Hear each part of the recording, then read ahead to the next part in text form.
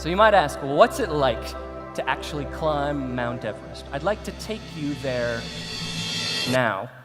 If you look at the Statue of Liberty, it's one of the most recognized buildings on the planet, 305 feet tall. Now, if I exit out of this presentation and shrink that image down as small as I can get it, and then I stack 95.2 of those Statue of Liberties on top of each other, that gives us 29,035 feet above sea level, which is the height of Mount Everest. And there are only 8 ways to die on Everest.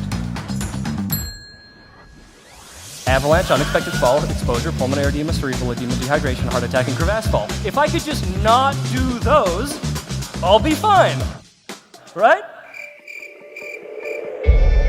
The climb was pretty intense. We keep climbing higher and higher. The climb gets steeper and steeper. Now, the air on Mount Everest is 1/3 of the oxygen that you and I are breathing here. So my pace was 1 step for 3 breaths.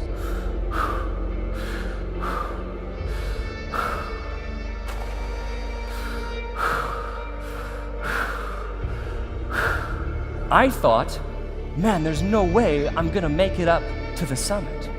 This is too slow. This is ridiculous.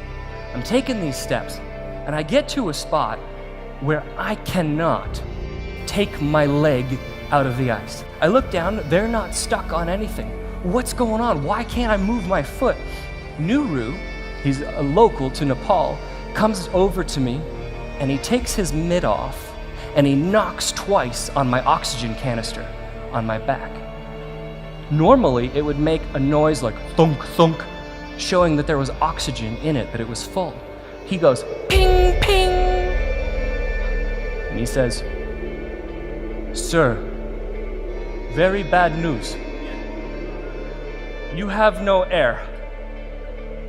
Maybe we go back, maybe you die." And I said, "Not that one." He says, "Oh, more air up high." And what he was saying was that previously in the expedition, there had been oxygen bottles that were stashed up higher in case of emergency. He could go get one, and I would stay in place. So he disappears off into the Himalayan black sky.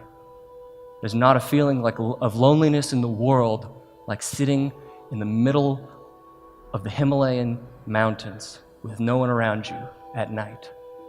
I'm looking down at that red suit that I put on, and it starts to turn gray and then almost black.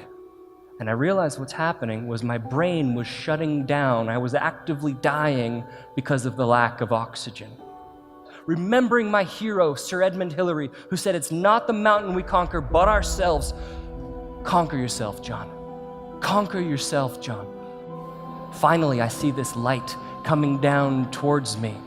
And I'm like, "Please be Nuru, please be Nuru." And he says, "John, sir, I have air." And I'm like, "Yes." And he takes this oxygen bottle off of the regulator, the old one. He takes the new one, screws it in. I take a breath.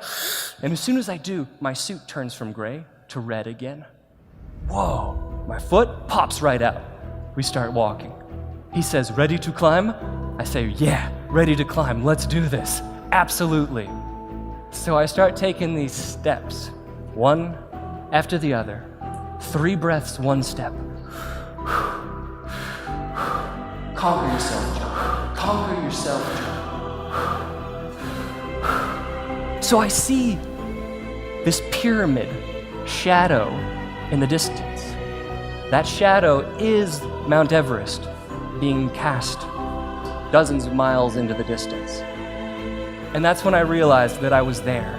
I was standing on top of the world, on top of Mount Everest. I'm here now, not to brag about myself or tell my own mountaineering stories. If you leave here and think all that guy did was tell his climbing stories, you've missed the point.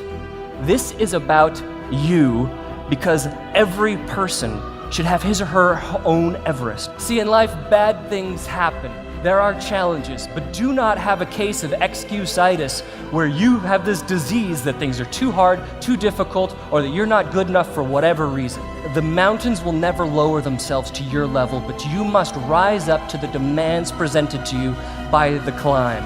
The problems of the world are not going to get easier. You must rise up, bring out that leader within, and rise up to the demands presented to you by the climate. The greatest leaders of all time have come from the times of greatest turmoil. The greater the problem, the greater the opportunity for leaders like you to step up. We are a generation that is disciplined. We are a generation that is productive. We are a generation that is fighting to fix the mess that was given to us. We are a generation that believes that this planet will not move forward unless we embrace kindness, compassion, and respect for all of life. It is a choice that you will make whether or not you will let that leader out. Will you?